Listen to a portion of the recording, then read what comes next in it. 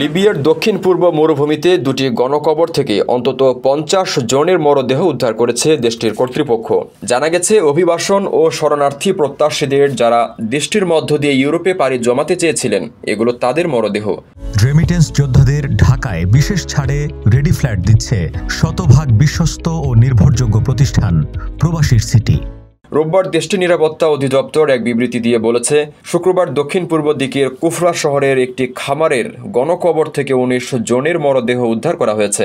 এসব লাশের দেহাবশেষ ময়নাতদন্ত করা হচ্ছে। কুফরা নিরাপত্তা বিভাগের প্রধান মোহাম্মদ আল ফাদিল বলেন, কর্তৃপক্ষ শহরটির একটি বন্দি শিবিরে অভিযান চালালে সেখানে আরও একটি গণকবর পাওয়া যায়।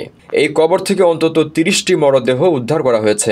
বেঁচে যাওয়া ব্যক্তিদের ভাষ্যমতে এই গণকবরে প্রায় ৭০ ব্যক্তিকে মাটি চাপা দেওয়া হয়েছে। কর্তৃপক্ষ গণকবরটিতে অনুসন্ধান অব্যাহত রেখেছে। দাতব্য প্রতিষ্ঠান আল আবরিন বলেছে, গণকবরে যাদের মরদেহ পাওয়া গেছে তাদের কাউকে কাউকে মাটি চাপা দেওয়ার আগে গুলি করে হত্যা করা হয়েছিল। লিবিয়াতে গণকবর শনাক্তের ঘটনা এটাই প্রথম নয়। গত বছর রাজধানী ত্রিপোলির দক্ষিণের সোয়ারিফ অঞ্চলের একটি গণকবর থেকে অন্তত ৬৫ অভিবাসন প্রত্যাশীর মরদেহ উদ্ধার করা হয়েছিল।